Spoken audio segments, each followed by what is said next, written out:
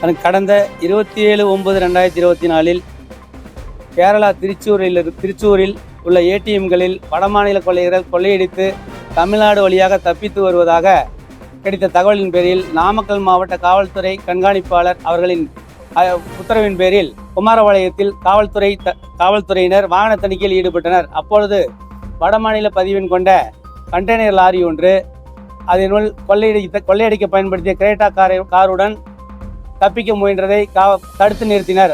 மேற்படி வாகனம் காவல்துறையின் கட்டுப்பாட்டை மீறி சென்றதால் காவல்துறையினர் மேற்படி வாகனத்தை துரத்தி அதில் உள்ளவர்களை கைது செய்ய முற்பட்டனர்.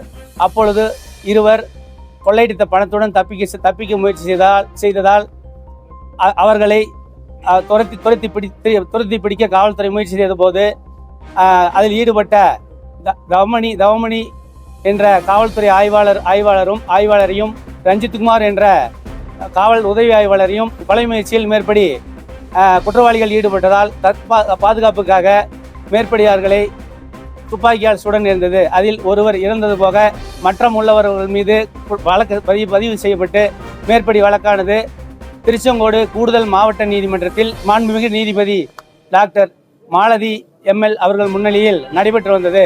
மேற்படி வழக்கில் இன்று தீர்ப்பு வழங்கப்பட்டது. மேற்படி தீர்ப்பில் 1 முதல் குற்றம் சாட்டப்பட்ட 1 முதல் 1-2 எதிரிகளுக்கு தலா 12 ஆண்டுகள் கடுங்காவல் தண்டனையும் 3 முதல் 6 எதிரிகளுக்கு 24 வருடம் கடுங்காவல் தண்டனையும் விதித்து மாண்புமிகு நீதிபதி தீர்ப்பு வழங்கினார்கள். மேற்படி அதனுடன் அபராத தொகையும் விதித்து தீர்ப்பு கூறினார்கள்.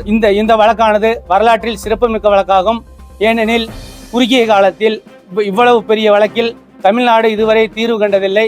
மேற்படி வழக்கை மிக விரைவாக காவல்துறை உதவியுடன் நடத்தி முடித்துள்ளோம்.